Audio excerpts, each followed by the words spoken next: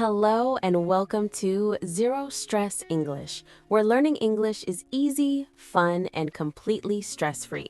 I'm Sophia, and I'm so happy you're here with us today. Hi everyone, I'm Mark. I actually just got back from the supermarket, and I have to tell you, I had the funniest experience. I went in for just milk and bread, but somehow I ended up with a cart full of things I didn't plan to buy. Cookies, chips, new juice I've never tried. Does that ever happen to you? Oh, wow. Yes, that happens to me every single time. I go for 3 things and come home with 15. It's like the supermarket has magic powers. And today's topic is perfect because we're going to talk all about English conversations at the supermarket. Exactly. So our listeners can learn English and maybe avoid buying too many extra things like I do. But before we start, if you're enjoying Zero Stress English, please subscribe and give us a thumbs up. It really helps us. Yes, and share it with anyone learning English. Okay, Mark, are you ready to go shopping? I'm ready. Let's go. So when you walk into a supermarket, the first decision is, do you need a shopping cart or just a basket? Good question. A shopping cart is that big metal thing on wheels that you push around. It's perfect when you're buying a lot of items.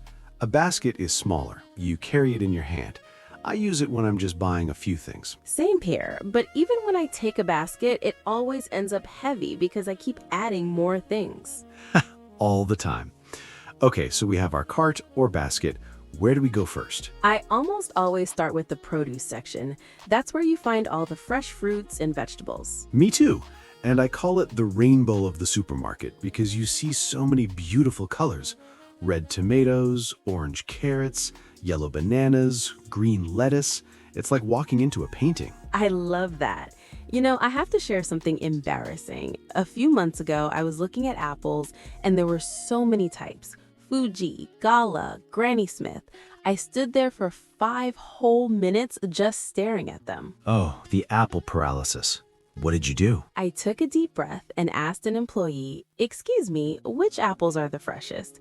And you know what? The person smiled and said, "These Fuji apples just came in this morning." Just like that, it became easy. See?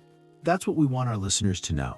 It's okay to feel nervous, but when you ask your question, people are usually really kind. Exactly. So what fruits do you usually buy? I'm simple. I buy apples and bananas almost every week. They're perfect for breakfast. What about you? I love strawberries and green grapes. And in summer, watermelon. It's like eating a piece of summer sunshine. That sounds delicious. Now let's practice some useful phrases. If you want to know about freshness, you can say, "Are these tomatoes fresh?" If you want to know the price, "How much are the strawberries?" And if you're looking for something, "Excuse me, where can I find the avocados?" Those are key phrases. And remember, you don't need to say everything perfectly. The important thing is to try and communicate. Absolutely. Okay, after produce, where do we go? I usually go to the dairy section next. That's where you find milk, cheese, yogurt, butter, and eggs. I love the dairy section, especially the cheese.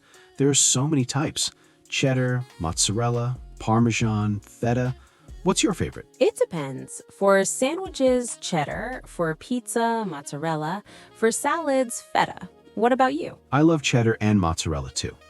Now, the milk section can be confusing because there are so many options now. Oh, yes. There's whole milk, 2%, skim milk, and then almond milk, soy milk, oat milk. So many choices. Exactly. I buy 2% milk. Now, eggs are usually near the dairy section. They're sold in cartons. The most common size is a dozen eggs. A dozen means 12. Right. I buy a dozen every week. What about yogurt? I love Greek yogurt. It's thick and creamy. I eat it with berries and honey for breakfast. Same here. Okay, let's practice a phrase. If you want to ask about freshness in the dairy section, you can say, "What's the expiration date on this milk?" Perfect phrase. All right, next section, the meat and fish area. Okay, I have a story. A couple weeks ago, I was at the meat counter and I wanted chicken breasts, but I wasn't sure how much I needed. A butcher noticed me and said, "Can I help you?" I said, "Yes, please. I'd like some chicken breasts, but I'm not sure how much." He asked how many people I'm cooking for and then recommended 4 chicken breasts. Problem solved. See? Being honest and saying, "I'm not sure," is totally okay. What meat do you usually buy? Chicken breasts mostly. I also buy ground beef sometimes for tacos. What about fish? My favorite is salmon. It's that beautiful pink fish, so good for you. I buy salmon fillets. Just put them in the oven with lemon, salt, and pepper. 20 minutes later, delicious dinner. That sounds fantastic. How do you know if fish is fresh? Good question. Fresh fish should smell like the ocean, clean and mild, not too fishy. And it should look moist and shiny, not dry. Great tips. Let's practice some phrases. If you want to order at the meat counter, you can say, "I'd like 2 chicken breasts, please." Or, "Can I have 1 pound of ground beef?" Perfect phrases. 1 pound is about 450 grams. Okay, should we move to the aisles now? Yes, the aisles are where you find all the packaged foods. Bread, cereal, canned goods, pasta, rice. Let's start with bread. I usually buy whole wheat bread for sandwiches. It's healthier than white bread. I like whole wheat too. What about the cereal aisle? This is where you can get overwhelmed because there are so many options. When I was a child, I wanted the super sweet cereals, but now I look for healthier ones with less sugar. I usually eat oatmeal. I cook it with hot water, then add fruit and honey. On busy mornings, cornflakes with cold milk. Simple and quick. Both good choices. Now the canned goods aisle, this is where you find foods in metal cans.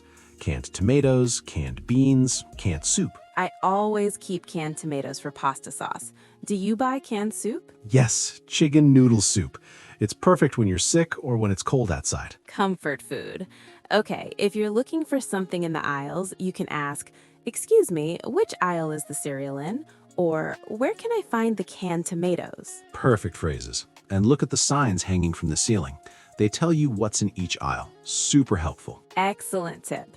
Now, let's talk about the checkout. That's where you pay for everything. Right. So it's your turn at the register. You place your items on the conveyor belt. That's the moving surface that brings items to the cashier. The cashier scans each item. Beep, beep. Then they tell you the total. Your total is $45. You pay with cash or card. Most people use cards because it's quick. The cashier might ask you, "Did you find everything okay?" You can say, "Yes, thank you." They might also ask, "Do you have a rewards card?" If you have one, give it to them. If not, just say, "No, I don't." Then the cashier gives you your receipt. That's the paper showing what you bought. They'll say, "Here's your receipt. Have a nice day." And you say, "Thank you, you too." Then you take your bags and head out. You've successfully completed a shopping trip in English. Amazing. Let's do a quick word review. The produce section is where you find fresh fruits and vegetables. The dairy section has milk, cheese, yogurt, butter, and eggs. The meat section has beef, chicken, pork, lamb. The butcher cuts and prepares the meat. A shopping cart is the big metal basket on wheels. A basket is smaller, you carry it in your hand. The checkout is where you pay. The cashier scans your items and takes your payment. An aisle is the passage between shelves. The conveyor belt is the moving surface at checkout. A pound is about 450 grams. A dozen means 12. A dozen eggs is 12 eggs. The expiration date tells you when food will no longer be fresh.